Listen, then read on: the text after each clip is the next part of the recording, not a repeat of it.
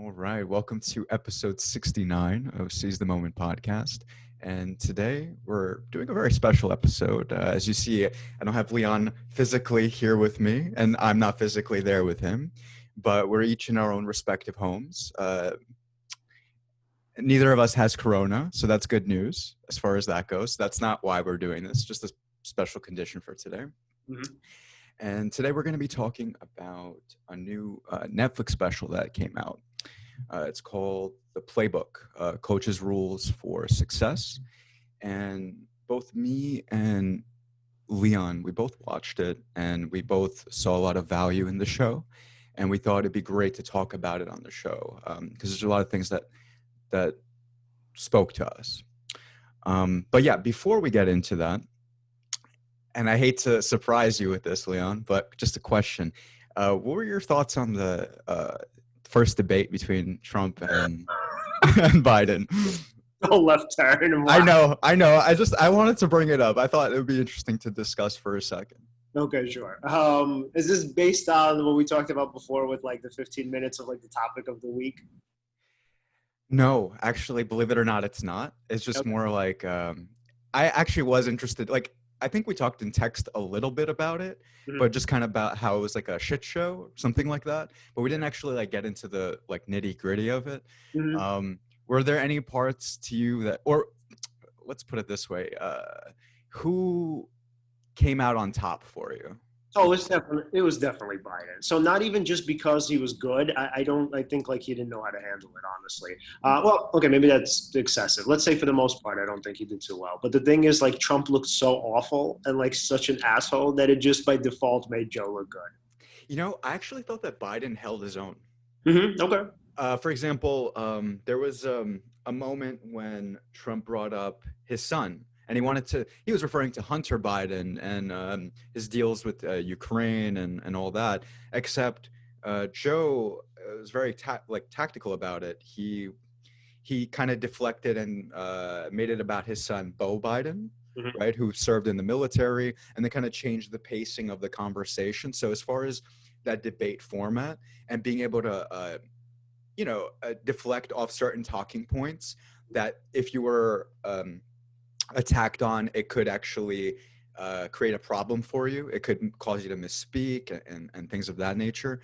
I thought that there were moments where he was pretty good. There was a point when I think Trump was trying to speak over Biden. This was several times during the debate, but there was one point when he kept saying certain buzzwords like socialism, manifesto, buzzword, like bad word, just interrupting everything that he was saying. And then there was a point where Biden was like, "Will you shut up, man?" or whatever. And that was awesome. That was just cool. Like, I mean, from one perspective, it was very unpresidential. This, for the least. Yeah, to say the least. Yeah. But at least it was an authentic interaction as far as that goes. There wasn't that structured, fake representation of what people would like you to look like. True, but here's why I actually dislike that, because debates are supposed to be structured. When they're not, like, shit like that happens, when one person just continuously talks over the other. And by the way, the thing that I disliked about Biden the most was that, like, you know how Bill Maher, I don't know, maybe you don't know, but Bill Maher always says that, like, Democrats have this thing or the pattern of not going for the jugular when they have information or, like, really good information against, whatever, the enemy, and they never use it. And so there was a pivotal point where Trump said something like, "Oh, nobody ever got sick in my rallies." And it's like, bro, fucking Herman Cain died because of your rally. He really should have mentioned him. Yeah, and then Joe was like, just standing there, I guess, okay, I guess nobody got sick from your rallies. It's like, no, but that's not true. Somebody did get sick. And instead of saying like, hey, man, like, no, actually a Republican died most likely due to your rally, nobody says anything as usual, the usual sort of Democratic strategy. Yeah, there was that. And by the way, just to be fair, of course, in terms of let's put it this way, in terms of energy, like energetically speaking, there were many points when Trump was very on top in terms of he was like really in his A game. I think he spoke more than was necessary. If actually he was calmer, he may have been ultimately the winner of that. But what's interesting to me is I think I saw some polls where Americans actually overwhelmingly think that Trump actually won that debate, just Yeah. in terms of I think it really is an energy sort of thing. But logically speaking, I think if you look at things that Biden was saying, I really do feel like he held his own and he did very well. There were points when he's even speaking to the camera and he's like, "Go out and vote" and all that. And if it had a very presidential sort of vibe to it, it felt very important. Yeah. You know? So that was great. I think Trump not denouncing white supremacy was fascinating. Not only Um, that, forget about not denouncing them. He pretty much told them to be on standby for him. he said, "What did he say? Stand up and stand by, stand back and stand by." Stand back and stand by. And they were like, okay. All right, yeah, yeah, interesting. So, all right, so whatever. We can move on from that. The fact that Trump currently has coronavirus, I'm not sure where he's at with that He right seems to be now. doing well according to his tweets. According to his tweets, yes. I thought it was funky that he was admitted to the hospital, but I suppose maybe that's a precautionary thing. Oh no, he was. Another report came out that it was actually way worse than they initially said. That his symptoms were actually pretty bad. Yeah, I heard mild fever or something like that. No, I'm saying it's even worse than that. So they're Wow. saying that was actually like I didn't read into it too much, but I'm assuming what they did was they downplayed it, and then later on it came out like, oh no, he was actually doing pretty badly. I'll say this, just, I'm not trying to be political or anything like that. No matter where you are on the, political spectrum, left, right, whatever, um, I do actually hope that he gets well and all that. Like you don't. I mean, I'm sure there's people on Twitter like, oh, die Trump, all that, and they're kind of hoping for that result. And sure, but nah, I saw it. I showed this to you actually earlier. It was like not a tweet, like some kind of message from Obama. He said something essentially the same thing. It's like no matter where you're on the spectrum, you want to make sure that every American is healthy, that they be okay. And he wished Trump and his wife Melania well. And I support that perspective of looking at it. For many reasons. I mean, I don't want to. This first reason I'm going to say just popped in my head. It's not the primary reason, but it would totally destabilize the country as far as that goes. Like, it would be a morale hit, especially in the middle of a If we could survive JFK, we can definitely survive Trump. I'm just saying. I'm just putting that out there. That's fair. That's fair. Yeah. Well, all right. But I guess let's move into the playbook, right? Right. That was, yeah. So, I guess to start off, it starts off with Doc Rivers in the first episode. He used to be a basketball player and became a coach, and he shared some wisdom in terms of like what he learned. He talked about what his parents taught him to always work hard. He was always grateful to them. They always taught him to. Oh wait, and just before we continue, so just like for our audience, right? So the point of the series itself, it's supposed to be like a series of whatever. I hate to use the same term again, but I will. So it's a series of rules. So like every single coach in these different domains, right? Sometimes it's like tennis, other times it's basketball, like sometimes it's even soccer, obviously twice. And so what they're doing is they're pretty much giving you the rules to live by. So there are rules for coaching and rules of managing a team, as well as like life rules.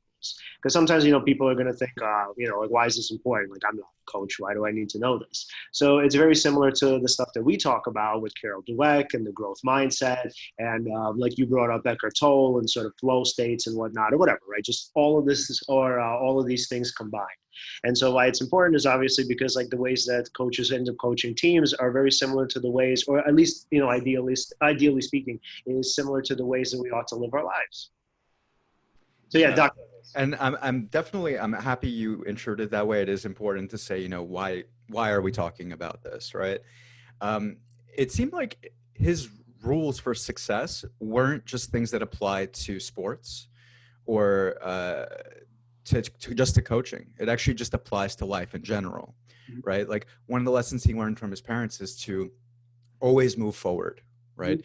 To not have a to never ever have a victim mentality. No matter what, you are never the victim. You're always in control of your destiny. It's up to you to do whatever you can in order to work hard and move forward, right? And that's how you succeed in life. Right. And if, I mean, what exactly spoke to you about the Doc Rivers episode? Okay, so a few things. The first thing that I really loved was when he said that practice wasn't practice. So obviously, for most of us, right, when we're doing something that involves work, even if it's work that we may enjoy, we tend to think of it as like practice, right? Something that you're doing to get better. And what I really loved is the way that he saw it was that when he was playing basketball, he wasn't practicing. He was actually just playing basketball. So when, he'd kind of after school or whatever, he'd go home and he'd tell his mom like, "Hey, I'm going outside to play basketball." He's like, "I don't know what you mean by practice. I'm going to like have fun." And so why I really appreciated that is because that's the way I often view my writing. So even though, look, somewhere down the line, I obviously hope I get some recognition for my work. But the thing is, for the most part, I look at it as something I really enjoy doing. Meaning that if I didn't get the recognition for it, pretty much like 90%, I think, like, I can't say for sure, but 90% I would say I would probably do it if I didn't like have that kind of like, whatever recognition or not even, I can't even use the term acclaim, but let's say recognition. And then so why I liked it from him, or why I liked what he said is that with practice, right, people hate work, right? Let's just be honest, right? People don't like to work, and I don't like to work.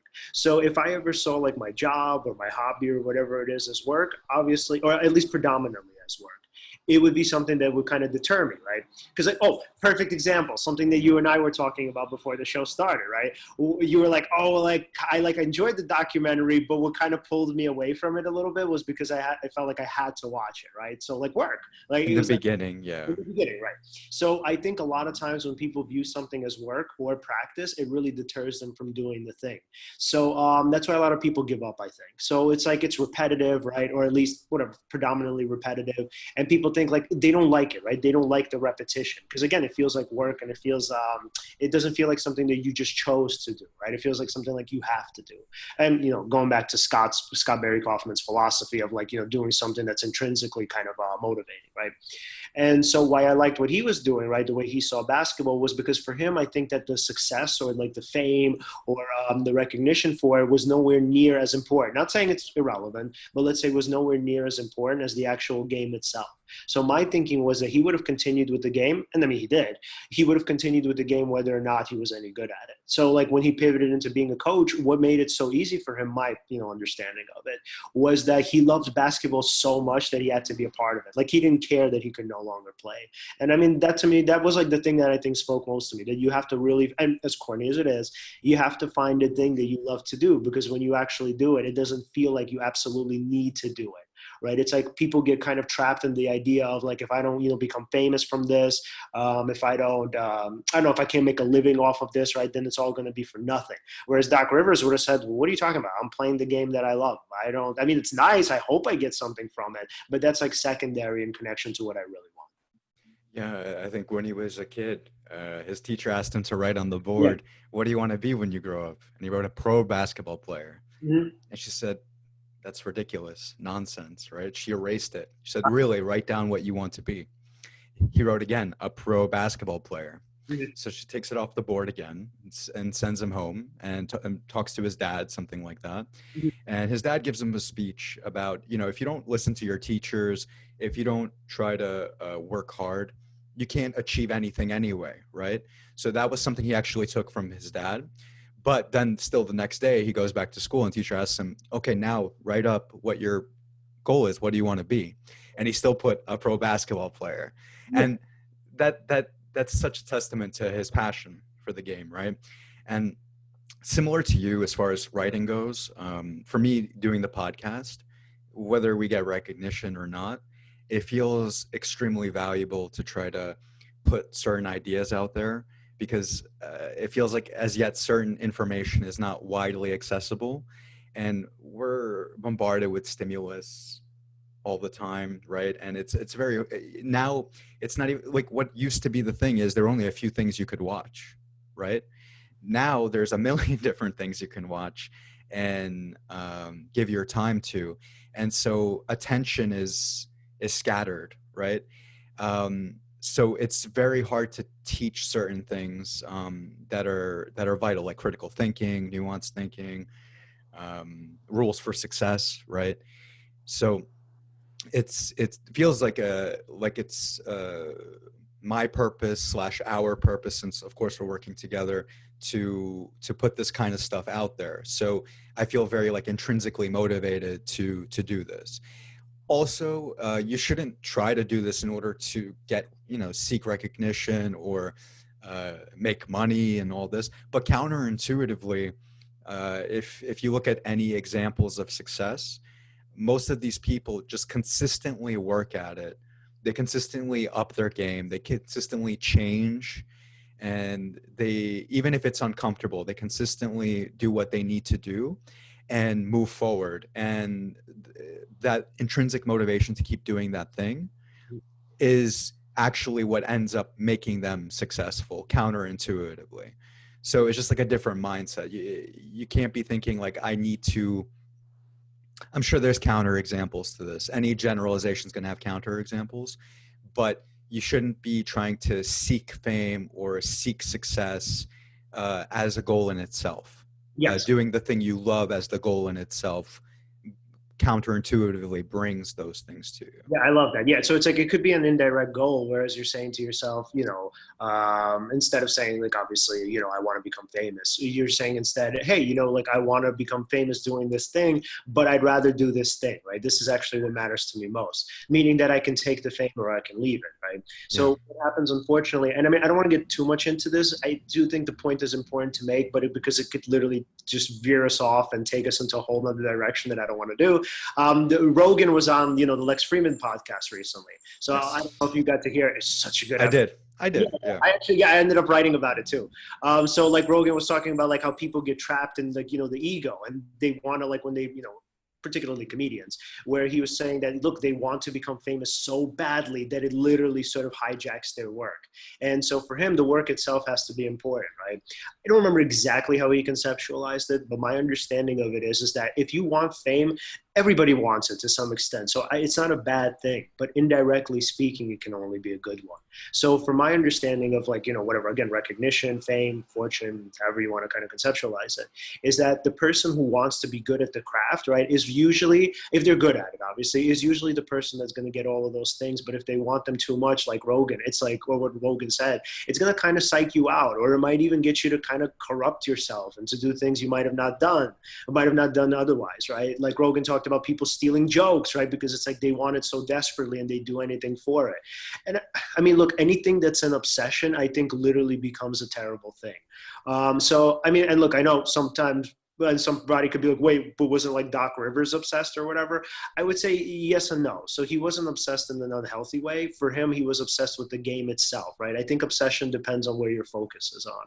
So he was obsessed with getting better. I think that's a good thing. He wasn't obsessed with the rewards, because once you become obsessed with the rewards and you feel like, oh my God, this isn't going anywhere, then all of a sudden the temptation comes in and it makes it really easy for you to take, whatever the quote unquote kind of corrupt route. So what I liked about Doc Rivers is that he really just loved the game. And I mean, that's it for me. And it's sort of the moving forward. So from my understanding, the moving forward part probably came easy to him, because it was like, yeah, but I want to get better at this. Like, this is it for me. This is the thing that I love most. Like, why? It's either I give up or I move forward and get better. I don't want to give up. Well, another thing he said is success isn't always a rosy thing, right? It's not always easy. There are times when you have to do something and you're not feeling it.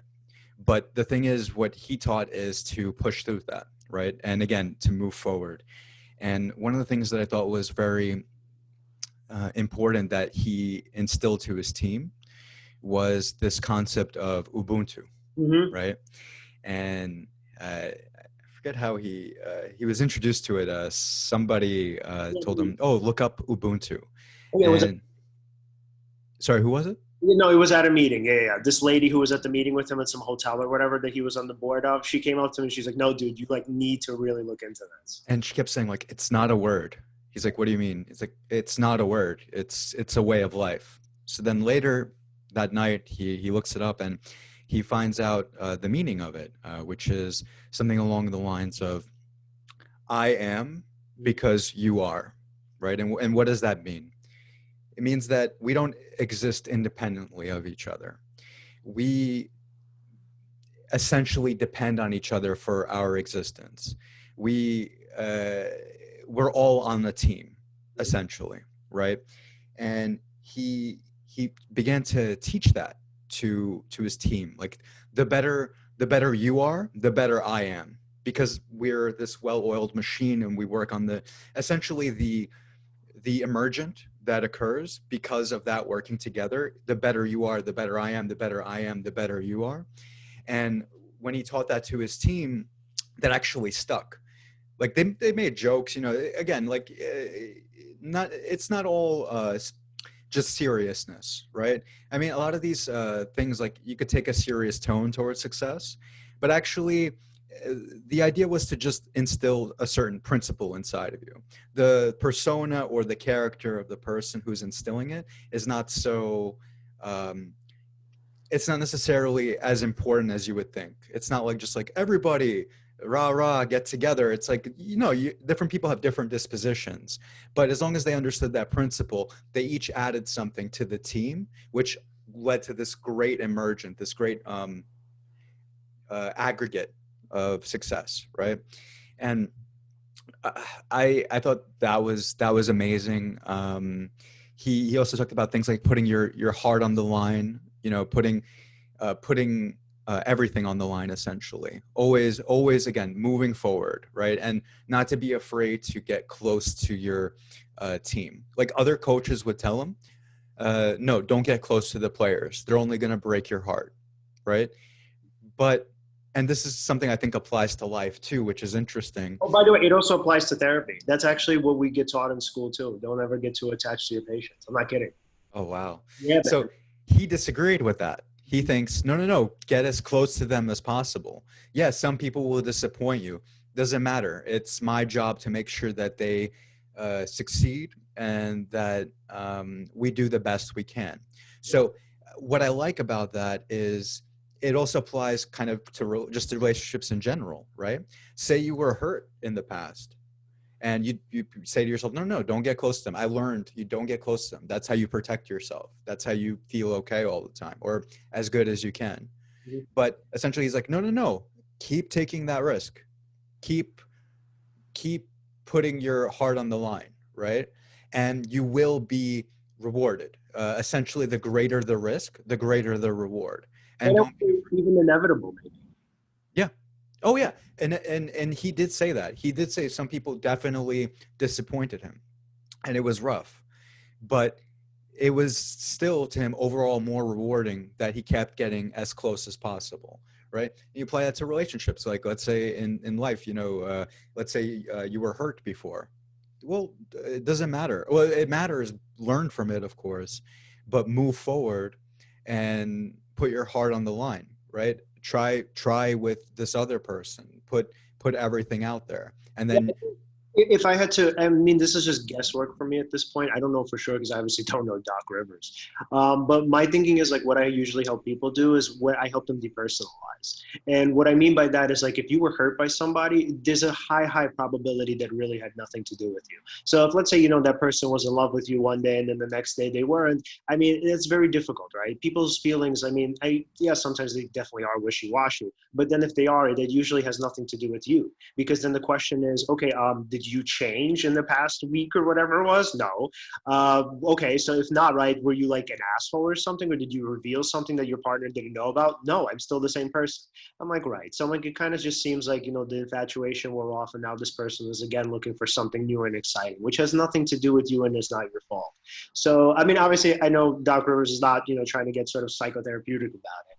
But my point is that I think that the thing that helps people become attached to others or get closer to becoming attached to others is that they depersonalize. They see it as, okay, yes, this person broke my heart, but it has nothing to do with me. And this person is likely going to break other people's hearts too, because that's likely their pattern. And so my thinking is that when it comes to like putting your heart on the line or whatever, a lot of us, just because it's natural, we take it really personally, and it's very easy to say, well, I'm not going to date again because this person did this to me. But the interesting thing is that you're the one who's really hurting yourself in the end, because that person is going to live their life in the way that they were living it before. They're going to continue to hurt other people and hurt themselves. And now in addition to that, now you're going to hurt yourself too, because you're going to be lonely, isolated, and maybe even depressed. Mm. Rough. Yeah, totally rough. That's why we have to learn from Doc Rivers. That's Yeah, essentially it. he's, Yeah, he's like our sports therapist. pretty much. Yeah. What So did you yeah, it's What did you think of this one? This is like one of my favorite ones. The pressure is privilege. whoa. Yeah, remember that one? Well, that's interesting. No, actually, I don't. Believe it or not. But I'll say this from what I'm already gathering as ideas, come to my mind. Um, yeah, I mean, if you're trying really hard to essentially achieve a goal, right, and you're experiencing that pressure as opposed to the safety of not having tried, then that should be considered a privilege. It's definitely harder to experience that pressure, but the fact that you're trying as hard as you are and you're experiencing that, I would imagine that to be a privilege. Is that what you gathered from that, or? So close. So yes, I would agree with that. So this is very connected to something that another coach on the series, his name is Jose Mourinho. We'll cover a little bit later. So they both pretty much said that with pressure. Well, I let me not say that Doc Rivers said this. I know Jose said this. He said, look, man, he's like, most people don't ever experience that pressure, right? And so why I'm actually mentioning this before I talk about Doc is actually what you're saying is very much closer to Jose's interpretation of it rather than Doc's. Yeah. So Jose's like, look, man, he's like, most people will never experience this kind of pressure in their entire lives, ever, right? He's like, I experience it often. Obviously, my team experiences it often. But he's like, but is that worse than never experiencing it all? Is it worse than being some person who's like, kind of like blah about their lives? He's like, no, I would take the pressure over this any day of the week, right? So for him, he would probably say that it's a privilege, right? Because you're blessed with it, right? Although it has, the downside of, you're like fucking stressed out the entire time. But the upside is like, there's a lot of great sort of potential for reward involved. So I think your interpretation is very similar to his. From my understanding, Doc's interpretation was that the pressure is actually earned. So he's like, look, if we have the pressure and the privilege of being in the final, we earned it, right? That's it. You put yourself in this position. So by going through, all of these different, the grinds of the practices, by going through these really difficult games and the arduous schedule of the season, by sort of like, fighting through injuries, by, honestly, probably not talking much or not being in touch with your family much, by sacrifice, right? He's like, the pressure of being in the finals is actually the privilege that you've earned by putting yourself in that position. So it's like, why wouldn't you appreciate Wow. it? Wow. Yeah. Hmm. Yeah, it's definitely, that's actually a very interesting perspective to take on that. Yeah, and both are true, I think. Like your perspective, Jose, is right, and even Doc's, where the idea is that essentially, like, you're taking this thing that seems like a terrible thing, but if you let's say you reconceptualize it and look at the bigger picture, like, what's interesting? I love to do thought experiments with people. So, like, with people who are like, oh, I hate being stressed out, or I hate being in this situation, or whatever, right? I'm like, okay, what do you think it would be like otherwise, right? So, I often point to like this great Twilight Zone episode from way back in the '60s, right? So this guy, I mean, not to get too much into it because it's not so important, but this guy like pretty much actually gets like the wish of having whatever he wants granted to him. So he pretty much gets all the women in the world. He gets all of the money whenever he wants it, right? And then life becomes awful for this person, right? It's like, be careful what you wish for. And then he has this pivotal moment in the film, and not the film, the show, where he says like, oh my God, he's like, this is so boring, man. He's like this is awful. This is no way to live. And like all of these girls are throwing themselves at him, and he's like, you just get away from me. I don't want anything to do with you anymore. Like, this is terrible. Wow.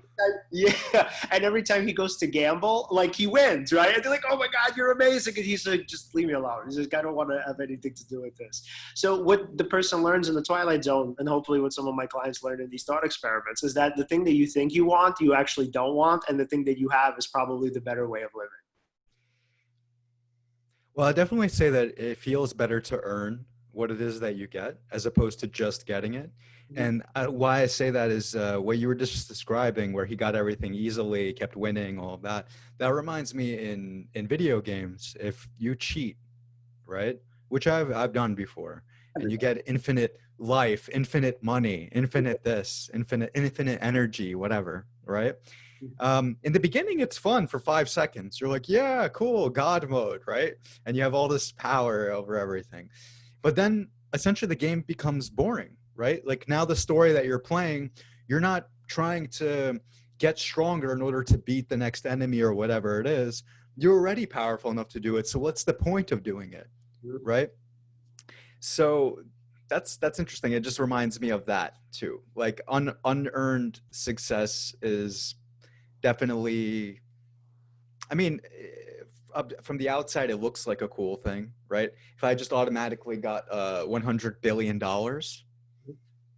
I welcome that, sure, you know. But at the same time, then I don't know. It might kill a lot of motivations for things I do in life. You know, I wouldn't want that, right? I don't think it would stop me from doing the podcast, but imagine a scenario where it did. That sucks. Then you take away this big purpose, and then I might be in purposelessness. This is a thought experiment, but yeah. Yeah. I know. I really like that. Yeah, and it's like when you think about the pressure, man. Most of the time, what I find that helps people is like, so here's, man, I keep going back to Lex Friedman's podcast. So Ryan Hall was on it too. I don't know if you heard that one, the martial artist. That was a really dope one. So he actually said something along the lines of, he said, look, man, I actually regret is worse for me than failure. And that's what I try to help people see. Like if, let's say, you know, you go into comfort and look, this is not black and white. You should not be anxious 24/7. So, but let's say if most of your life revolves around comfort, I'm like, dude, you're going to have like a lot of regrets, man. And you're going to kind of go by life and you're going to think, okay, yes, I was mostly never stressed out, but I'm like, but you're going to hate that. And I'm like, and like, literally what's worse? Is it the failure? Because I mean, obviously that comes with the risk. And then, or is it regret? Is it the regret of not trying? 99% of the time people will actually say the regret is much worse. You know, believe it or not, I'm going to surprise you with a counter example. If somebody does actually have a value system where for them, their purpose in life is just to relax, right? If that's actually your purpose and you make that your purpose, I think that's fine. It's not my value system, but that might actually even just neurochemically for you, just you might actually feel completely fine with that style of life. But of course, what you're talking about does cover a lot of people. If you don't try, if you stay in comfort, you don't go past a certain zone, if you don't have a purpose in life, things are just gonna progress. Like things aren't gonna go up for you, or it's just gonna go slightly down, right? There's no increase in life satisfaction from just seeking the comfortable route in general. Yeah. And by the way, even in dating, people sometimes think that they want like dating to be easy or whatever. They don't. So research shows consistently that people do not like dates or like people or whatever that are easy to attain. So you can't play too hard to get, right? But you actually have to play hard to get with the people you're initially seeing. So I know it's like, you know, counterintuitive and people think like, oh, why can't dating be easier or romance or whatever? They don't mean that. They think they do. It's like one of those things where, again, be careful what you wish for. So oh yeah. No, you think no, I was gonna stop and just like, but yeah, you would think that that's how you want it to be, but in actual practice, that's not what you want. Yeah. It's weird, yeah. Yeah, and it's like when you achieve something that you didn't earn, you actually don't value it. And it's the same thing, unfortunately, I guess, with people. So if you're, you know, kind of like going through Tinder or whatever, and like somebody throws themselves at you, you're not gonna want that person. It's just, look, maybe I don't know, maybe you will, depending on what your like, you know, I guess taste is. Maybe you'll be like, I don't care. It's not a blanket statement, obviously, but the point is that most people actually prefer the chase to some extent. Obviously, it could get to be too much where a person is like so hard to get that it's impossible. Don't do that either. But the point is that when you're dating, you actually have to play hard to get to some extent. So it's like the things that we want or the things that we achieve, we actually want to feel like we've earned them. And also just to backtrack a little bit, so moments ago when we were talking about comfort, right, and that being somewhere you shouldn't dwell. Well, in Jill Ellis's case, who was a soccer coach for the U.S. Women's soccer team, so they were actually winners. They were on the so-called mountaintop, right? They were doing well for a while, but the thing is, one of the things she said is The oh boy, what is it? Yeah, it's not about just being at the top. It's about maintaining being at the top. It's about not just being the best. It's like maintaining your ability to stay the best, right? And they actually had challenges with that. They experienced so many, like in their games after they were already champions, the team started to do way worse. They didn't, even though they had gelled together very well for a while and they were so comfortable with each other, there were things that other teams were trying while they're on the come up that surprised the team. And the coach had to become very creative And adapt. and adapt.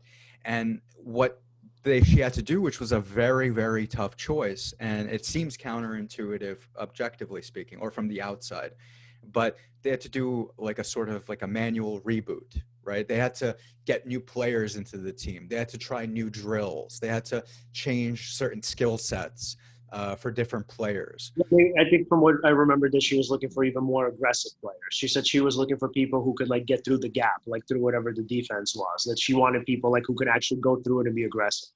Right. And as she was getting new players, the thing is, it was very uncomfortable for the whole team because all these new people are coming in. There are people who are already still there on the team who are like, who are these people? And they Right. were young. Which, They were young. and they were young. And the problem was they weren't gelling well together yet, let's say. It was very hard in the beginning. They didn't work together well as a team. They were still losing, even though they were trying these new things. And it seemed like a very rough experience to go through, right? As opposed to the comfort of, okay, we have this team that we're used to. We had to change things up in order to try to get better again and to win. Yeah. Eventually, they did. Eventually, the team did start to get together. They started to learn these new skill sets. Break the gap, so to speak. I know that's like a soccer terminology. It's like there are different styles of play, and they started to embrace this newer style. Let's put it that way. And yeah, they had to get through the discomfort, and it's rough sometimes. Like for example, there are things that just to pivot to us, right? There are things that we've had to do in order to improve the quality of the show or to keep getting guests, for instance. And it's always this thing where we keep getting launched outside of our comfort zone, right? Even today, let's say, we didn't have a planned guest for today. We're good for the rest of the month, of course, but for today we didn't.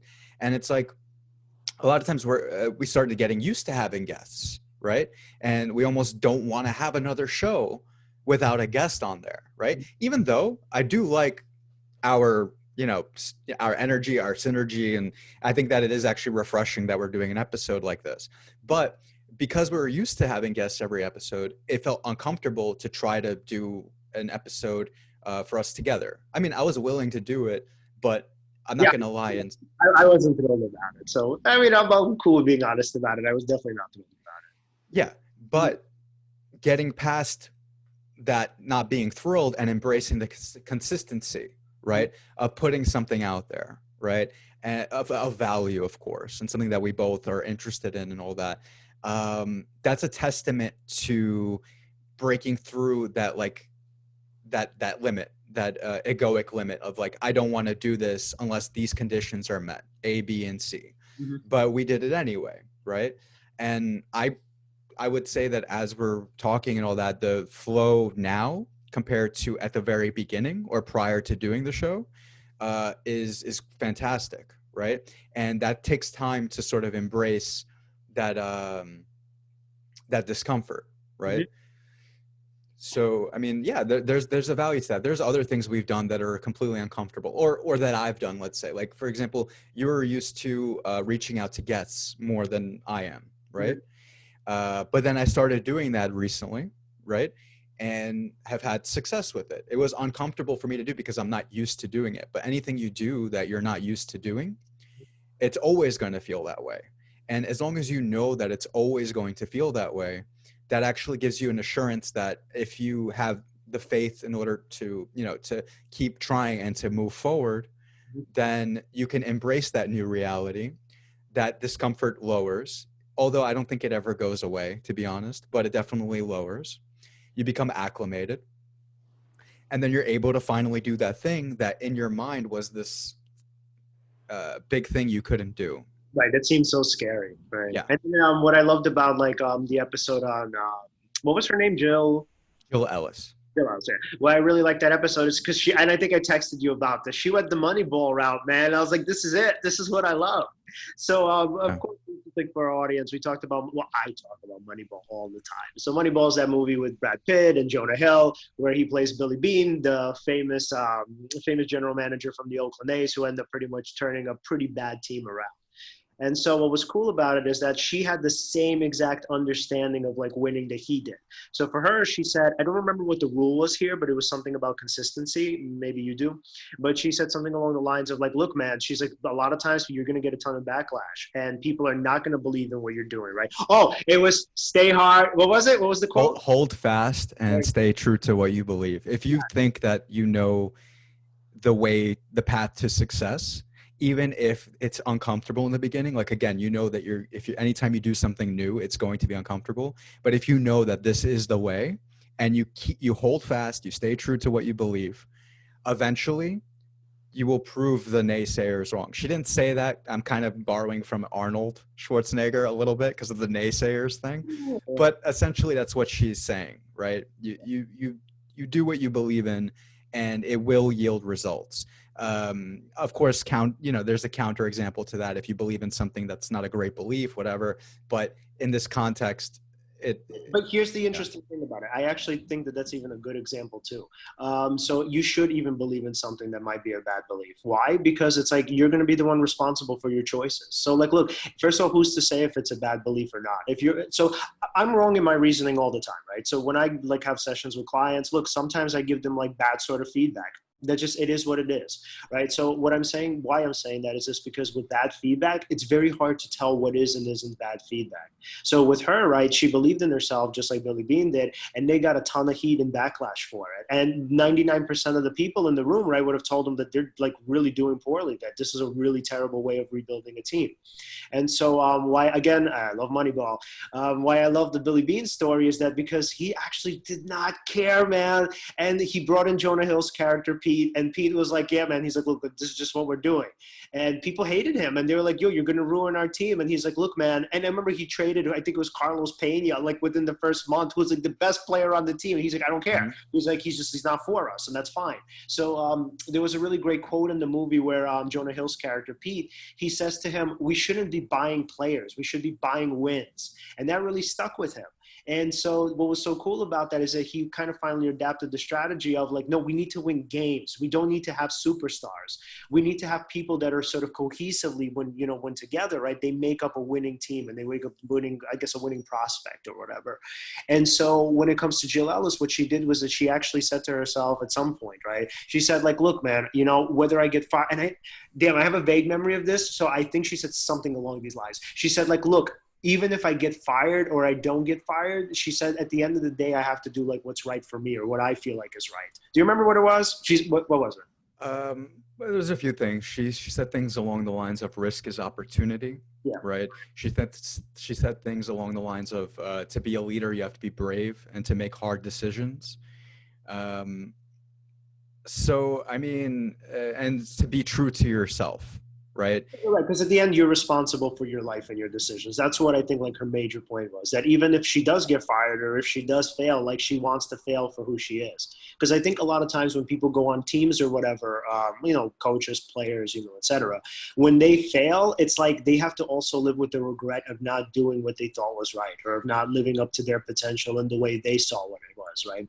So when it comes to like Billy Beane, right, again, same thing with Jill Ellis, is that they looked at it in terms of like, what is it that I can do, right? How is it that I can put myself fully on the line? And then when I look back and I could say, you know what, I'm proud because I was this person that I thought I could be. And I did what was, what I thought was kind of best for the team and myself at the time. And I think that's what a lot of us are looking for. And by the way, going back to success and comfort and whatnot, I also don't think, again, be careful what you wish for. I don't think people want to succeed for the people that they don't want to be. And so what I mean by that is if, let's say, Billy Beane thought, hey, you know what? this strategy is right, but I'm not going to do it, right? I'm going to go with another strategy. And somewhere down the line, let's say, he would have, let's say, they won the World Series or whatever, right? With his counter strategy. I don't know if he would have appreciated it, man. Because I could tell you personally, if like, let's say you give me a blueprint on something, right? Let's say you were, I don't know, I called you one day and I was like, hey, Alan, like, what should I write about, right? And how should I write it? And you would be like, okay, write about this and write it in this way, right? And I did it. And let's say, the article went viral. I wouldn't feel good about that. That's not my article at that point. That's not my strategy. I didn't make the decision, at least not directly. So my thinking would be, it's success, sure, but it's not my success. And I think with like Jill Ellis and Billy Beane, the way they saw it was that I'd rather fail as myself than succeed as someone else. I agree with that sentiment, right? It goes back to also being intrinsically motivated to do whatever it is that you want to do. That's what, it's part of the passion. It's part of the whole, the play of, like, for example, as a coach, you don't want to deviate from what it is that you believe in, because then it's no longer your beliefs. It's so out of sync. Like, you want to be aligned with your actions, your feelings, your intentions, your beliefs. And the moment you're out of alignment with that, it feels like you're doing a disservice to yourself and to your players in that particular context. So you always want to be aligned with what it is that you're doing. Yeah. What'd you think of Serena Williams' coach? Patrick Mouratoglou, as a French tennis coach? Loved it. So that was by far my favorite episode, even though I liked every one of them. So what my favorite part of it was, and I'm glad that again, I'm really happy that we're going into it. So the part about tanking, right? So why I loved him as a coach is because he was willing, unlike most coaches, unfortunately, he was willing to adapt. So, okay, I don't want to be like too critical of this guy because he's the coach of my favorite football team, the Tampa Bay Bucks. So I love Bruce Arians as a play caller. I actually don't love him as a coach. So here's why. During the week one, when the Bucks lost to the Saints, he actually outwardly criticized Tom Brady. Look, I'm sure as a veteran, he's like 43 or whatever he is now. I'm sure he can take it. I don't doubt that. But as a coach, I actually think that's like the worst thing that you can do to a player. Forget about even blaming or criticizing him to him. Criticizing him in public is like the worst thing I think you could do to any human being ever.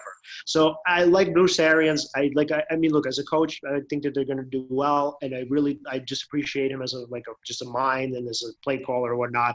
I don't think he's really great with people. And that's, if anything, I would say that's his weakness or major weakness. So going into Pat's character, or not character, I guess going into Pat's story, what was cool about it is he had, so initially he was training this dude named Marcos Bagdatis, right? Marcos Bagdatis. So, and they had this altercation where he pretty much said, hey man, like, look, you don't want to work anymore. You're not putting in as much effort. What? Oh, one thing. Prior to that, he was so talented. Yeah. This Bagdatis, he was like a son to the coach. They had such a strong bond together.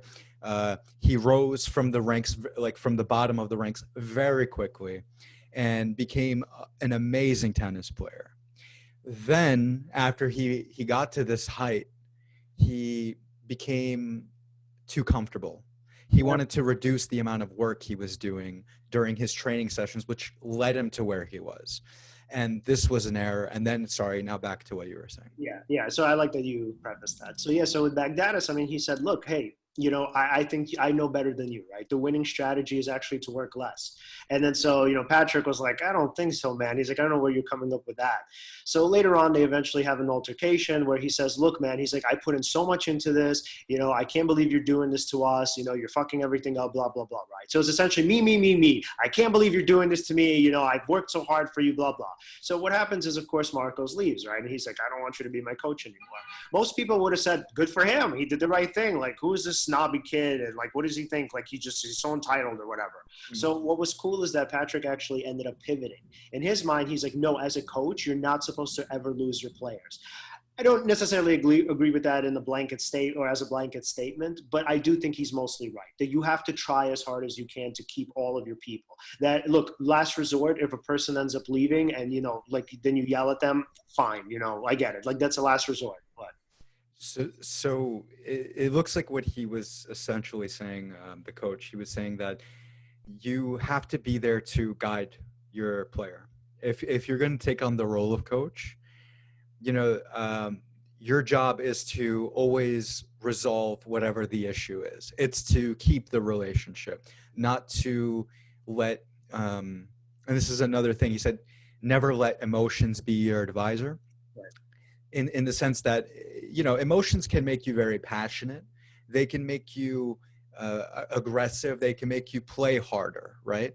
But for them to tell you how to feel about a certain situation is not always great, because your emotions and your logic can come at odds.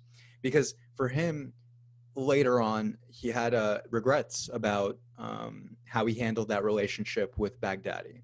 Yeah. He Baghdadis. Baghdadis. I'm sorry. Yeah.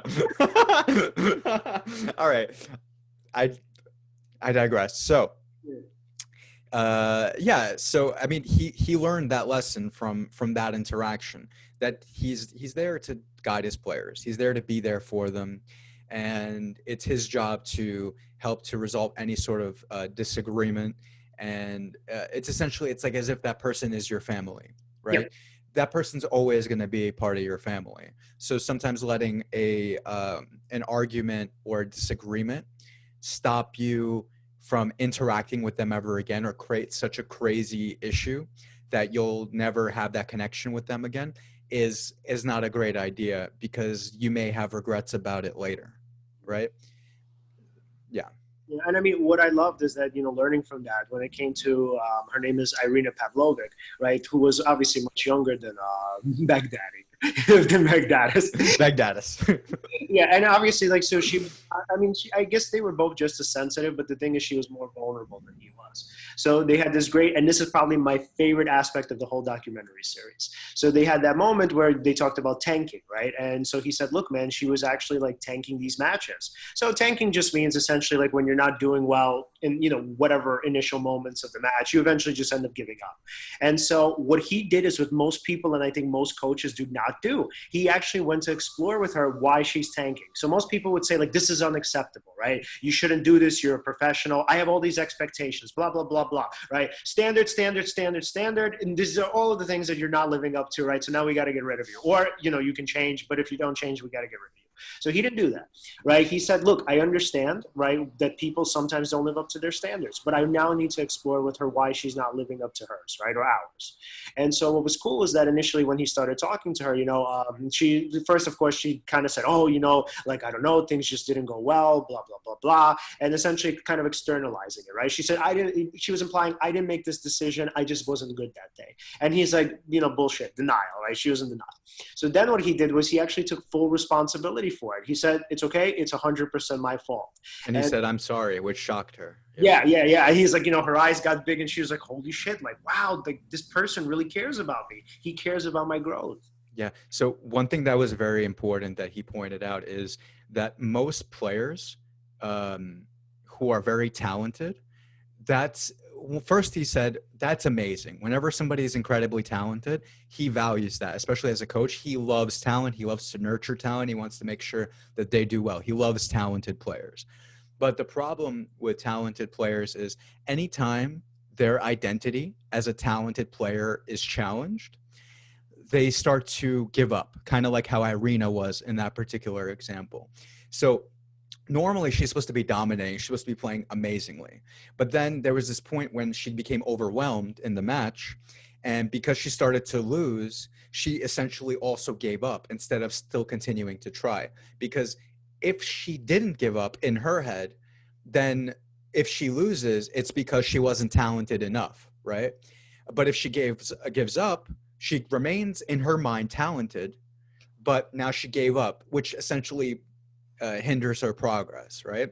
So that's why him speaking to her was so important, because that helped him to reveal her to herself, right?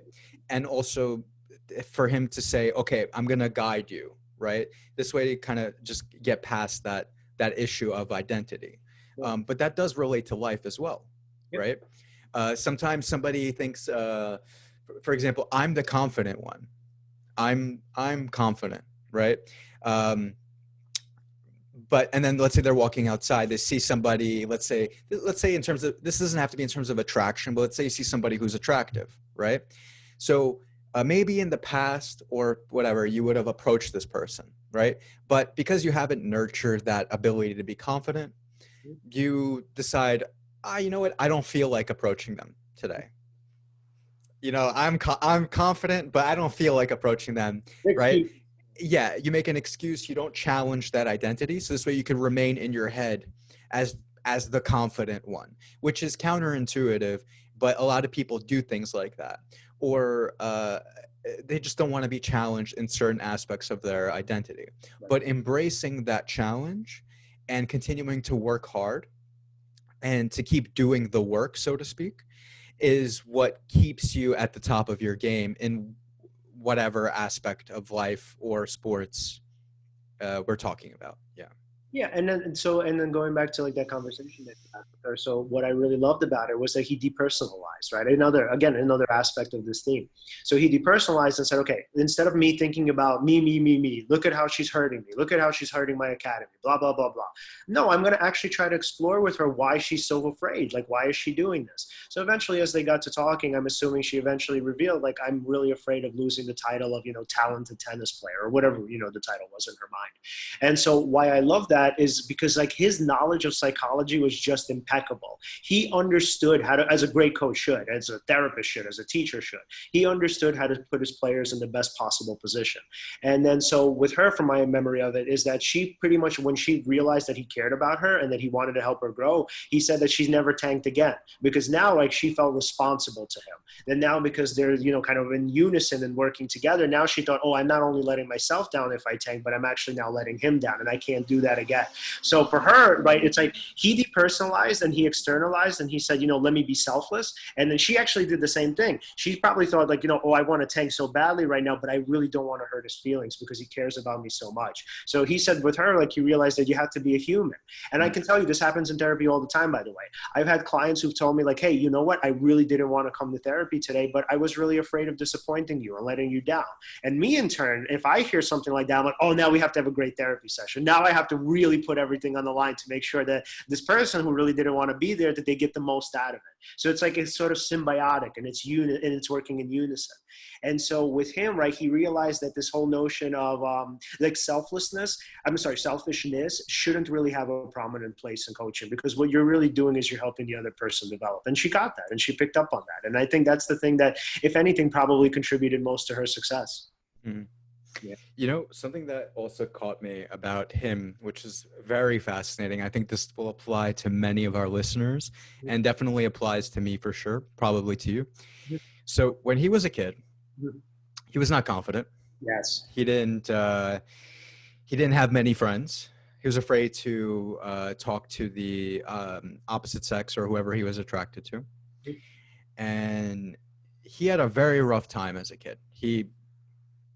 Socially, his social skill was low. But he brings up a specific rule, which I thought was fascinating, where your greatest weakness can sometimes become your greatest strength, in the sense that because his ability to socialize was low, his ability to observe people and see the little nuances in terms of their body language, their expression, the way they essentially body language, like the way they moved around and all of that. It was fascinating because he was able to watch people, and he was able to read people. And because he was able to read people, that actually was a skill that he had developed, which ended up helping him in coaching. Oh, yeah, he picked up on that. Yeah. Just quickly link it back to Irina. That's how he picked up on the fact that she was scared. Like, he could read it in her. She never said it, right? She was in denial. She was saying like, no, I just wasn't good enough, right? But he's like, no, you're scared. Yeah, and he said something along the lines of, when you look at a player, you have to read their body language. It tells you so much, gives you information that they don't even know about. And you can see their nervousness, their alertness, their weakness, their strength. And when he has all this information for him, it's like as if he solves a puzzle. And he's able to start to make a plan at that point, which is what added to his skill as a coach. Now, why did I say that's important for us or for our listeners? Anyone who this is not, there are people who are extroverts who don't have issues with socializing or anything like that, but anyone who did not have, you know, that sort of personality, let's say they're more introverted, that is a great skill that a lot of them develop, right? The ability to read people and the ability to understand what it is somebody wants, or how they feel and all that. It makes you more empathetic and able to know also the right things to say in order to guide a conversation or to an interaction in a healthy direction, right? So that is fascinating. Being able to develop a weakness like that into a strength. I think it helps us also in terms of the podcast, right? There are times that, you know, when somebody wants to say something, for instance, right, you're able to catch it immediately, so nobody's talking over each other. Yeah, there were points when you were speaking and you notice I want to say something, finger goes up or whatever, right? And yeah, and then you know, okay, what'd you want to say? Or we'll do something along the lines like that with a guest as well, right? And that helps for us to gel better with each other and to make a better conversation from that. Yeah, yeah. So, and that also kind of reminds me. Okay, we can go back to the story of Patrick, but I really want to focus on this because it actually is like really founded in, or not founded in, but it's really connected to what you're saying now. So, Jose Mourinho, right? So he's the I guess world famous soccer coach, who's kind of a dick, probably a huge asshole, right? But what makes him such a great coach is that he actually was talking about exactly what you're saying. Is that essentially like the gelling together is the most important part of any team. So there was this really great part where he was saying something along the lines of, he said, look, you know, he did the same thing, by the way, that Billy Bean and Joe Ellis did. He actually rebuilt his entire team from scratch, right? It's Porto. Oh. Yeah, yeah. So he did the same thing. And so what he did was that he's like, look, man, he's like, we needed a team of players who would fight for one another, right? And who would gel together and work well together. And so he's like, we actually got rid of a lot of players, even though, you know, it was kind of frowned upon. He's like, because they were superstars, right? He's like, I did not want any superstars on my team. So he found a bunch of like guys who he said, like, look, he's like, what we're looking for, he said, so this is one of my favorite quotes. He said something along the lines, he's like, look, you're going to die with your team, right? He's like, you're going to die being a fan of your team, but there are going to be moments in your life where you're not going to be in love with your team. So he said, like, there in kind of in Portugal, he's like, our team sucked. And he's like, we had some superstars or whatever, but we weren't good in terms of winning. So he's like, people were just kind of lackluster about it. They loved the team, but they weren't excited about it, right? He's like, what we were looking for players that fit the values of the locals, right? So the values of the locals were pretty much work ethic, right, and hard work. So he said you pretty much have to sweat your shirt, meaning that like when you get off the field, your shirt has to be covered and drenched in sweat. He's like, that's the value for us. And then he said, we also want somebody who's aggressive and who's competitive, right? Just like all of the people who live here, right? We want that to fit or to embody, right? Spiritness, he called it. He said, we wanted to embody the character of the town and of the city. So what he did was he found like these local guys, right? Who were like, he's like, they weren't superstars. They were young kids, right? They were really good, had tons of potential, and he put them together on a team. And eventually he said, when the pivotal moment for me was, he's like, we were voting for team captains, right? And then he said the two people who were like voted captain, right? He's like, it was a tie. So the two people who were voted captain, right? We asked, okay, who should be captain? One guy said he should be captain because he's better than me. And the other guy said, no, he should be captain because he's better than me. And he's like, and I knew it then that I would never have anything to worry about for the rest of the season. He's like, these guys are going to play for each other. So what we're talking about here is this symbiosis, which I think a lot of times, going back to our podcast, we have with our guests. If I had to guess, what I think happens a lot of times is that like why our guests enjoy being on the show and why they just generally like us is because we really try our best to make the show about them, right? When they come on the show, right? I think it's, look, I'm not saying I don't ever try to sound smart or whatever and, you know, to appeal to the audience. I'm sure I do that. I don't doubt that. I'm a human being. So whatever, maybe that's an excuse, but I did do that. But I think for the most part, what we do is we try to make our guests look good, and we try to get them to get to the point where they're able to articulate the thing that they want, or that brought them here, right? So we make it about them, and they, I think, in turn, end up sort of trying their best to kind of like make it about us in some way too, where, you know, maybe they'll ask us questions too, or they'll kind of focus on something or they'll focus on the topic and relate it to us in some way, right? And I think I like that because, like, again, going back, now you could go back to Patrick, Mouratoglou, right? So we could go back to him and say, when you externalize and when you make something about someone else, what they internally do is, because I think just inevitably we as human beings love to give back.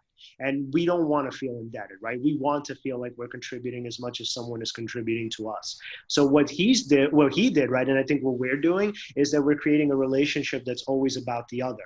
And people like that. People want to be in relationships where it's not about a self-absorbed person. They want to feel like the other person really cares about them. And in turn, by the way, I think they also want to care about the other person, and they want to feel like they're contributors to their lives. Yeah, right. So, like, for example, anybody listening, whenever you're offering value instead of trying to take value, so to speak, that's counterintuitively, that's how you get value as well. That shouldn't be the goal in itself, but it ends up working that way, right? If you're in service to somebody else, or you want to make sure they're, like, for example, something as simple as, how are you? Right? You ask somebody, how are you doing? Immediately what that indicates, even though it's a kind of like a cliche thing to ask, what it indicates is that you're doing fine and you actually care how the other person is doing. That's essentially what that's saying. And something as simple like a gesture like that conveys so much about what kind of relationship you want to have with someone, as opposed to as soon as you start talking to them, you talk, let's say, only about yourself, right? And you don't ask them anything about them, right? That's that's just one example, but essentially when you're giving value, that's the greatest thing. um, One thing that I thought was very interesting about Patrick as well is in terms of leadership, right? He said if you're ever feeling scared yourself, Mhm. then you're not, like, it's good to act in spite of being scared, but if you're trying to guide someone or help someone, if you're scared, then you're not strong. You're not in your element. You're not where your attention needs to be. And I thought that was fascinating, because that does make sense, right? If you're in a conversation and you're feeling, even though kudos for, doing something you're afraid of doing, if you're nervous and you act in spite of the nervousness, fantastic. But there's levels to this, right? For example, whatever you feel, you generally will convey to the other person as well. Mhm. So it's very important. What he taught is to be very aware of what it is that you're feeling. This way you can convey that feeling to the other person. Mhm. So you want your player to be strong, you have to feel strong, Yeah. um, in terms of guiding them. He says things along the lines of as well, like, mistakes are inevitable. You're always going to make mistakes, but don't let them define you, right? Right. Absolutely. Yeah, Yeah. and yeah. Yeah, no, I really like that a lot because, like, or at least I would say if I had to alter it, I would say don't let them fully define you. You know, it's like because like everything defines you. Sometimes people think, well, my failures define me. It's like, yes, so what? So do your successes. So if you're looking at the bigger picture, it's like you either should allow everything to. So this is one of the cases where it should be all or nothing. So all or nothing is usually a distortion. In this case, it isn't. It's either you let all of life define you or you let none of life define you. Don't cherry pick the bad stuff to define you and then say, here, I'm a piece of shit and I shouldn't even try anymore. Well, yeah, you should definitely own whatever it is you do. I think that what he meant is, don't be afraid to take risks. I know you said this about Jill earlier, but he also said never be afraid to get fired. Sometimes you have to take risks. For example, with Serena Williams, what he ended up doing is, so in the beginning, he had watched her play, and his player won against Serena. She got into some kind of accident, and then later on, she seeks him out, right? Because he's such a great coach, and she wants to work with him. And one day, whenever they started working with each other, he said something to her along the lines of, a lot of times you're unprepared. You come to games unprepared. Yes, you won 13 times, but you could have won 26 times. You could have been so much better, right? And she was offended by that, right? But he was brutally honest with her, which is definitely good. And the Yeah. most important part of it is that he was honest for her. So just to be really careful with the term brutally honest, because I think people sometimes say it, and a lot of times, unfortunately, they say it and they're just assholes. So when you're saying I'm brutally honest and I'm like, oh, I'm just brutally honest, a lot of times what they mean is that like I'm a jerk off. And what I'm doing is I'm hurting your feelings and you can't tolerate it. He was being brutally honest in the sense of helping her. He figured that if I say this to her, what's going to happen is at some point, it's going to end up helping her. Like that's why I'm doing it. I'm not doing this for me per se. I mean, it's like if I benefit, fine, right? Again, secondary, right? But I'm doing this for her because she needs to hear this. Yeah, and she actually ended up being offended. Yeah. The next time she came to practice, she didn't speak to the coach. She didn't acknowledge him. Anytime he spoke to her, she did not speak back. She just moved on and did whatever she was doing. She practiced, but she wouldn't acknowledge him or speak to him.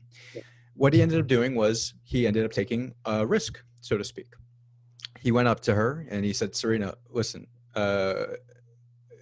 you're going to listen to me when I speak to you. You're going to respond. You're going to look at me, all of that. Prior, I'm probably getting the order of this wrong, but what he ended up doing is he slapped her on the cap. Yeah. And which is a risk, right? Because you don't know how somebody's going to react to that. What ended up happening is that got her attention. Nobody does things like that to her. Before him, her father was her coach, essentially. So she wasn't used to listening to anyone else. But this commanded her attention. He gave her some rules. He said, whenever I speak, you listen. Whenever I advise you on something, you're going to do it. Also, whenever you see me, you say good morning, all of that. And she actually ended up respecting him and essentially listening to what he was saying. So sometimes you have to be, sometimes there are times when you have to be stern, right? And you have to assert yourself, right? And that's something that I thought was interesting that he taught, because you can't always be the nice guy. Yeah, you can't always just essentially just assume people are going to do what you ask them to do. Sometimes you have to command attention.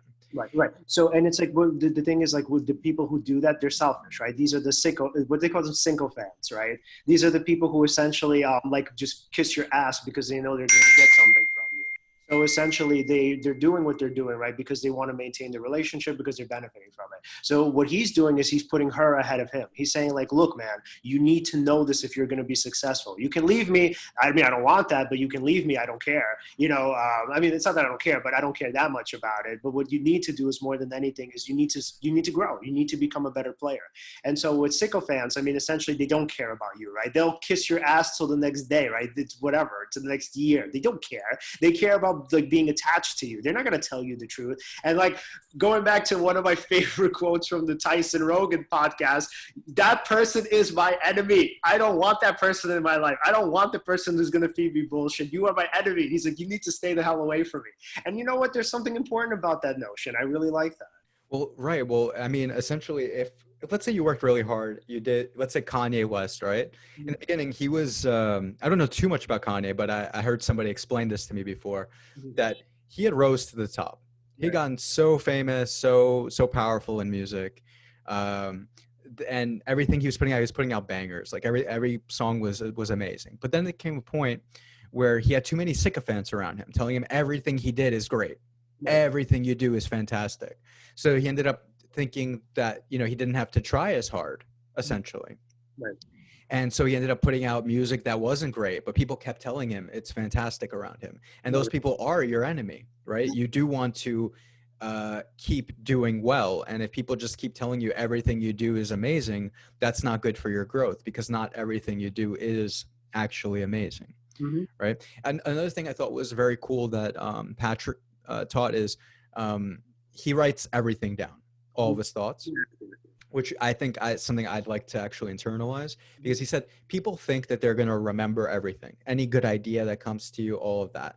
In the moment you think, oh, I'll remember that later. But in practice, you actually don't, right? And there's many things that he'll write down that are extremely valuable to him later, like little sayings, little quotes, mindsets, ideas for training or anything like that. And I think that's great, right? I'm definitely not going to remember everything. Sorry, go ahead. And you're supposed to do that. So I think, like, as you're growing as anything, as a player, as a coach, as a writer, for me, right, I actually do the same thing. I write down ideas all the time. So when I have conversations with people, whether we're talking about therapy, whether, you know, you and I are having a conversation, whether I'm having a conversation with, like, I don't know, Vegas, whomever, right? I'm always taking down ideas, because it's going to be something that I'll use at some point for an article later on. So what's happening is that people are constantly influencing my perspective of the world. And why that's such a cool thing thing is because like what that's doing is it's opening my, I don't know, horizons or vistas or whatever. And by doing so, it gives me more material to write about. So as I'm like internalizing more of the world around me, I'm becoming a better writer. And I can't remember all of it, obviously, so I need to write it down. You know, so that 100%. Yeah, that's the thing. It is important to write down your thoughts, right? I'm definitely going to make that more of a practice for myself. I try to take notes here and there, but I could probably do that more.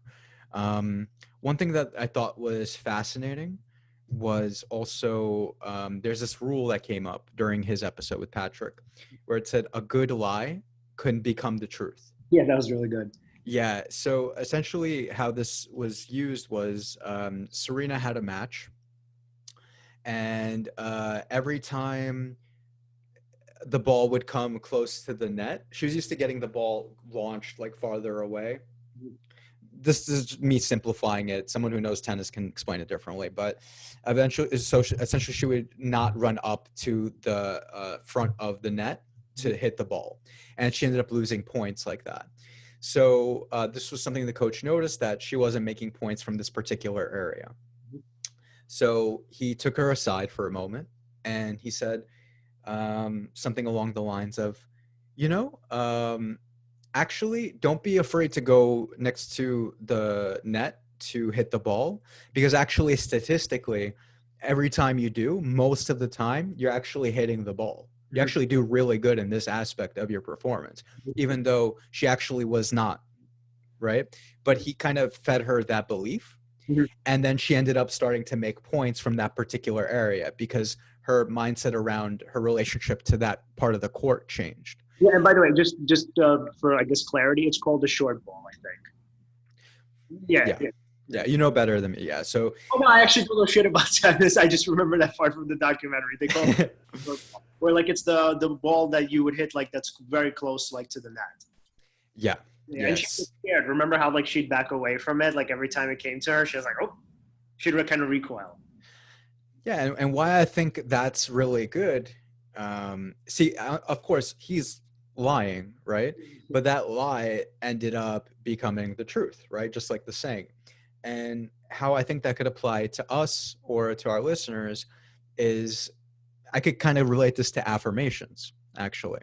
Now, there are debates on how well affirmations work, and saying things. So what is an affirmation, right? You might say to something like, or write this down, like, oh, I am confident, I am happy, I believe in myself, everything I do is amazing, the world is my friend, I have good relationships with my family and all this, right?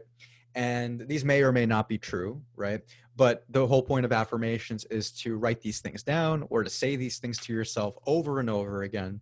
And essentially the things that when you start to believe them, or you start to train your mind to believe these things, you start to look for evidence of those beliefs. So essentially a good lie can become the truth in that sense, right? And I think that's actually a very fascinating tool. I mean, you have to buy into it, right? For example, if you don't buy into affirmations and you do that, you may get some value from it, but probably not as much if you don't necessarily believe that it's going to work for you. But yeah, I thought that was a fascinating tool as well. It's something I've done before. I've not recently, but there were times when I'd write down certain mindsets or certain frames of mind, cognitive frames, and I would read them every single day. And actually, I did end up sort of embracing the things I would say in there. So that could be valuable to people. Cool. Yeah, I absolutely agree, man. Yeah. So what do you? Oh, sorry. I was gonna say we were almost ready to wrap up. Yeah. Yeah. Just do you have any thoughts on like how a good lie can become the truth? Yeah, so when it comes to, I guess, I mean, here's the thing. I mean, with lying, it's one of those things that you're going to try as best as you can not to do. But I would say, generally speaking, if the lie is for the other person, meaning like if you really, like, obviously through your critical analysis have assessed that this lie can benefit them, that it's not necessarily for you. Let's say, look, I mean, he obviously benefited from it because I mean he's their coach. But let's say if your direction is toward the other person, then I can definitely see how the lie itself could be successful because it's for the other person. Lying is generally bad when the lie is for you and for your sole benefit. So I don't know. I can't think of an example per se of a lie that could benefit, but yeah, I can. So because it's a tricky territory, and I think it's a lot to unpack. Since because what happens if a person finds out or What if whatever? you said to a patient, like, have you ever crafted an identity for a patient? Like in the sense that, not as simple as this, but something like, oh, you actually seem friendly. Like, let's say they're actually not friendly, but you'll say something like, you seem like a friendly person or something like that. Or you seem like, you'll say something like, they look like they have a certain trait that they don't necessarily have. And then you ended up kind of crafting an identity for them that they then try to, meet your expectations or something. Interesting. I actually have never done that before. So I try to be as honest as possible because what happens is a lot of times, man, people actually pick up on bullshit. So I would never take that risk. I think it's too significant. That's fair. Even if it's like from our perspective, we can say, well, I'm doing this for the person, but there are generally people, I would say most people don't like to be lied to. So even if it's for them, right? So like Serena Williams may actually, I mean, let's say most people, some people don't. Let's say this, right? So if you have an issue with trusting people which a lot of my clients do, they're actually going to blanketly look at lies in a very let's say black and white way, right? They're going to think, oh, if you're lying to me, I can't trust you. So honestly, in session, I would never take that risk. If I were like a life coach or if I were like a sports coach, I actually would take that risk, right? Because I mean, unless again, the person has like trust issues, then I wouldn't. But, normally speaking, most people are, okay with trusting other people. But I would say in therapy, it's actually not like that. So if you get caught on a lie and they say like, they don't care. Like a lot of times people say, I don't care that you're doing this for me. They might even find a way to bring it back to you and say, well, you're doing this because you want to keep me as a client or whatever. But they don't like it, right? That's the point. I don't really know exactly why, and I'm sure it's different for different people, but they don't like it. They don't like being lied to. So honestly, in sessions, I would never lie. I would just focus on strengths. So then to bring it back to Patrick, I think essentially what he was saying is, as a coach, sometimes you have to say the right thing in order to bring confidence to your player, right? So I think it's one of those kinds of deals. I suppose it's a nuanced thing, right? Yeah, I think you have to be really careful with how you lie and who you lie to. So again, with Serena Williams, it worked out, but I can easily see something like that happen. And by the way, the knock on most therapists is that they're actually full of shit. And the thing that I hear most is that, oh, you're saying that because you're my therapist. And I can't stand that, but I get it. They really think that you're just telling them what they want to hear because, again, you're paid to do that. So something like that could definitely backfire in therapy. So context is very important. Then I guess let's end it off pretty much on this. Something that Patrick said which is very fascinating to me. He said this at the end of the episode. He said, if you believe that everything depends on you, Mm-hmm. that you're solely responsible for everything that happens, whatever you start to do in life is like magic. Yes, I love that. Yeah. Yeah, that was like one of my favorite things from the whole series. Yeah, the idea is that pretty much if you believe you're solely responsible for something, and he's not saying that like, look, you can, I don't know, become a basketball player or whatever if you don't have the talent for it. What I think he's saying is that if there's a sort of barrier in front of you, what you can do is, and this is a quote, you can rearrange your circumstances in such a way as to kind of overcome that barrier, right? But you have to believe that you're responsible. So meaning that like, I don't know, if let's say your overarching goal is to get into basketball, right? Let's say the barrier is, well, I'm not an athlete, I'm not gifted, right? But I still want to be associated with the sport. Then what you could do is you can rearrange your circumstances, your knowledge of the game, your connections in the game, your networking, the people you reach out to. So you can kind of line up your circumstances in such a way that it'll increase the probability that, well, you're not going to become a player, maybe you can become a coach. Yeah. And what's interesting is, as opposed to the victim mindset, let's say you think that things happen to you, right? And it's not your fault and you can't do anything about them, which may be true in certain circumstances, but let's just make it very general here. Well, if you believe that you're solely responsible for everything that happens, that changes your relationship to everything. As you stated, you rearrange circumstances. And because you believe you're responsible for everything, you're now empowered to do something about it, which is fantastic. Yeah, and it's a great way of seeing your life, I think. Again, so hopefully this doesn't turn into like, victim blaming and blaming oneself. I hope that doesn't happen. But the idea is that like, yeah, you're in more control than you, or you have more control over your life than you think. Embrace it. Yeah. All right. Well, then in that case, let's end it there. Then everybody, thanks for watching. Uh, and if you want to follow us at Seize the Moment Podcast on Facebook and on Instagram, and at Seize_podcast on Twitter. Like, subscribe, hit the bell. Yep. And then also, you guys can find us at the O4L Online Network at o4lonlinenetwork.com. You can find us on the upper, I think it's left corner under the STM podcast section. Right. And look forward to next week. We have a special guest coming. His name is Dr. David Brendel. And yeah, thanks so much for watching. And we look forward to seeing you guys again next week.